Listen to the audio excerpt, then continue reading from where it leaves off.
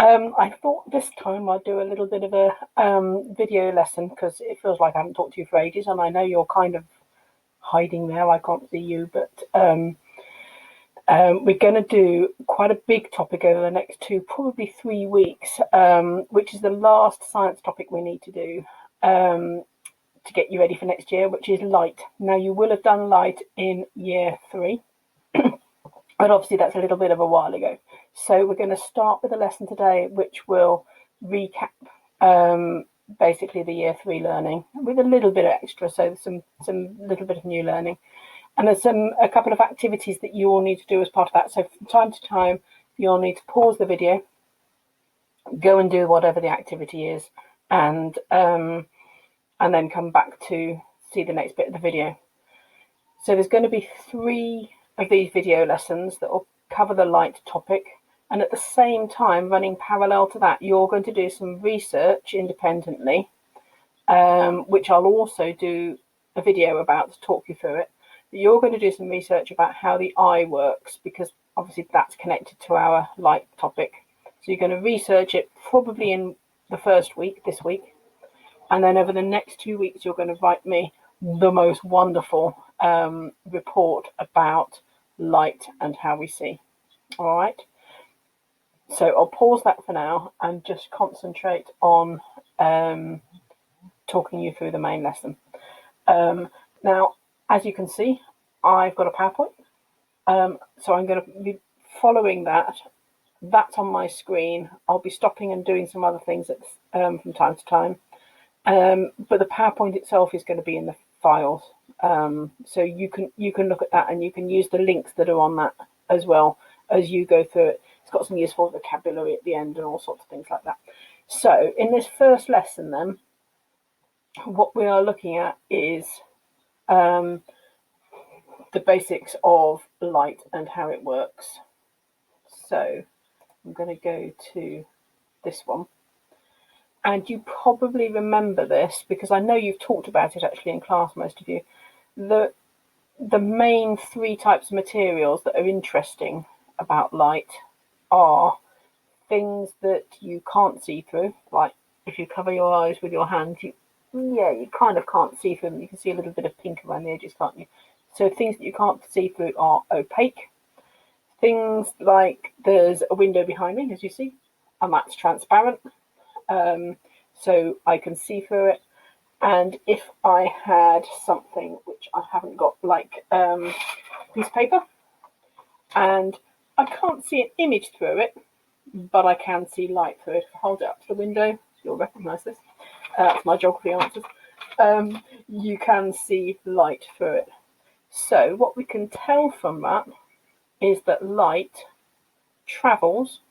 It goes through these things, but some things it can't go through. It's stopped by an opaque object. It will travel without trouble through something that is transparent, and it will travel but in a slightly different way through something that is translucent. And you can experiment with that as it suggests if you've got some like translucent plastic cups or something, things like that to have a look through. All right, so we are going to, I'm going to play this YouTube video because I want to pause it from time to time.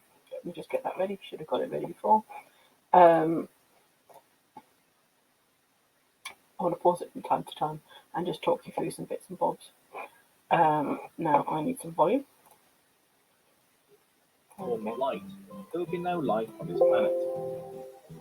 Any object that gives out light is called luminous. So I'm just going to watch for a minute. Include things like light bulbs, stars in the night sky, and our own sun. You may have heard that nothing travels faster than the speed of light. And that's because light travels at 299,792,458 meters per second. It's pretty quick. In fact, it's so quick, it means we could go around the Earth 7.5 times in just 1 second. Light can only ever travel in straight lines. That's why we can't see around corners. Objects that don't give out light are called non-luminous, and many of those are also reflective.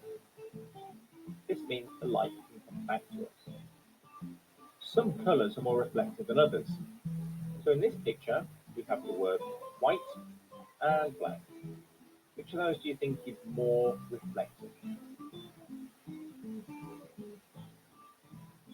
The answer was the word black, because it's printed in the colour white. Dark and dull colours are poor reflectors. They actually absorb light, whereas bright and shiny are excellent reflectors because all of the light comes back to us. We can use this science to explain how we see things. So if we shine a light onto a ball, the light hits the ball and reflects from it into our eyes. That allows us to see. It works exactly the same for us to be able to see the moon in space. The moon is not a luminous object. It just reflects the light from the sun down to us on Earth. Okay, so I'm just going to pause it there a minute. This is really important. So, important thing number one, light travels in straight lines. And that may seem obvious, but I want you to think for a minute about, imagine a stream with water in it, and in the middle of the stream is a big rock. And what you will get is that water will flow around the rock, won't it? Or maybe over it, depending on how much water there is. Light does not do that. So it's completely different the way it behaves from water. And that's really important if you understand how it works and how we see. It travels in straight lines, and there are some things that will block that, and some things that will allow it through, and some things that will allow it a little bit through, which is your translucent. Now, what this is saying is that objects reflect light. So we've got, if we look over here, we've got this torch, which is luminous. It's giving out light, isn't it? It's a light source, as we would say. And some of the light from that torch is going on this ball. And even though that ball isn't a mirror, it's still reflective. It's reflecting some of that light. And it's reflecting that light all around, but some of it goes into our eye. And if it didn't, we wouldn't be able to see. We wouldn't see that ball. So if you imagine, for example, there's something stopping this happening, maybe there's a piece of wood in the way, blocking that light, she wouldn't see the ball. If it was dark, she wouldn't see the ball because the light wouldn't reflect from it. All right. Same with the sun. The sun is obviously a massive natural light source. So if it's not shining off and reflecting off Venus in this case towards the Earth, people on the Earth wouldn't be able to see it. All right, so that's really important. Light travels in straight lines. It reflects off objects even if they're not reflective in the sense of a mirror, but they are reflective. Okay, so bear that in mind. So here we have two ray diagrams. Can you spot the mistakes? Maybe pause the video and good luck. Okay, so I'm going to pause that video. So he mentioned a ray diagram. So a ray diagram means a light ray, so a line of light. And we do diagrams. You're going to be learning how to do those diagrams later on in this series of learning.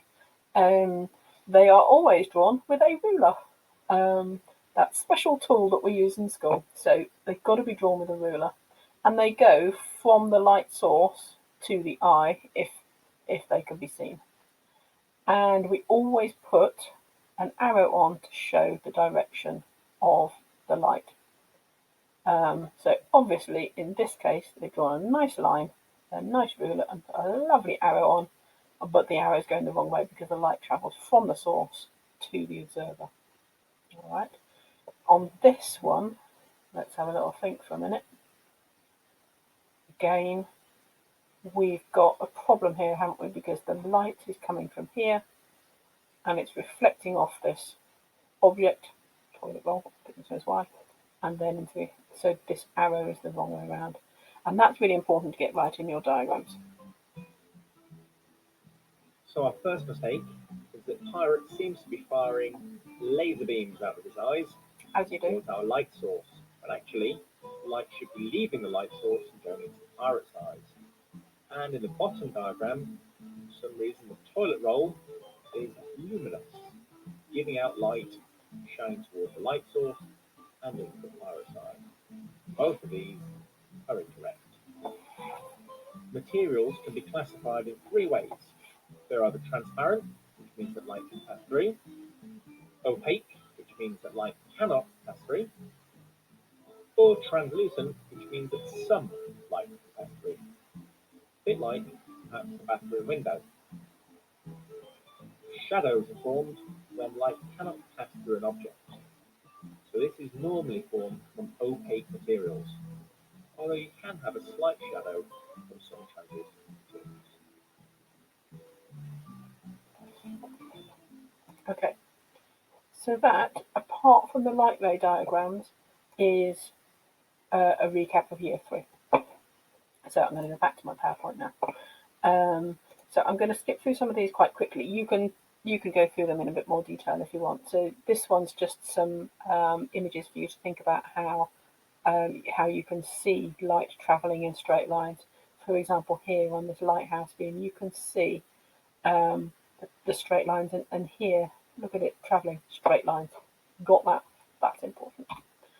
Okay, so one of the things that you could do is, it's absolutely optional, but for you, if it helps you to understand, this slide is saying that you could take a piece of paper, roll it up, and then as you look through it, you can prove to yourself that you can only see things that are in that straight line. If you bend it, you can't see it.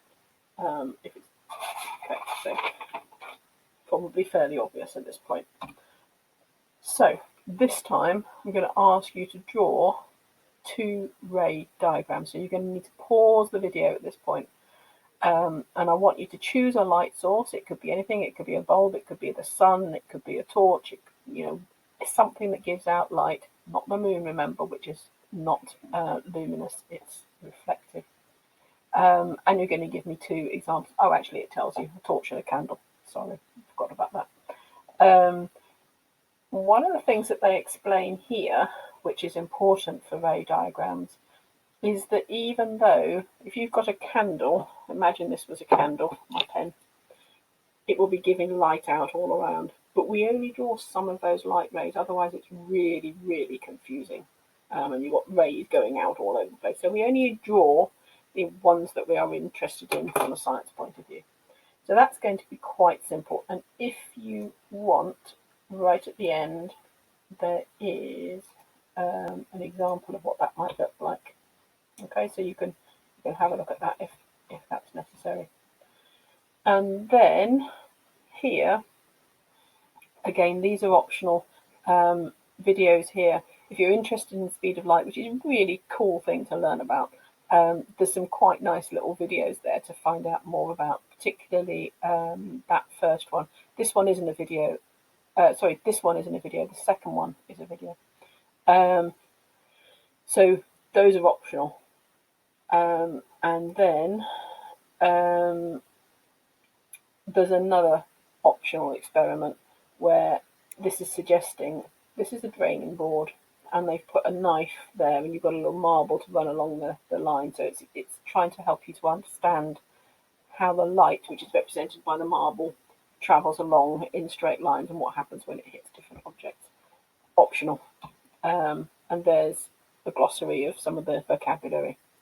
So I thought that was a little bit confusing potentially as to what I'm asking you to do. Wrong one.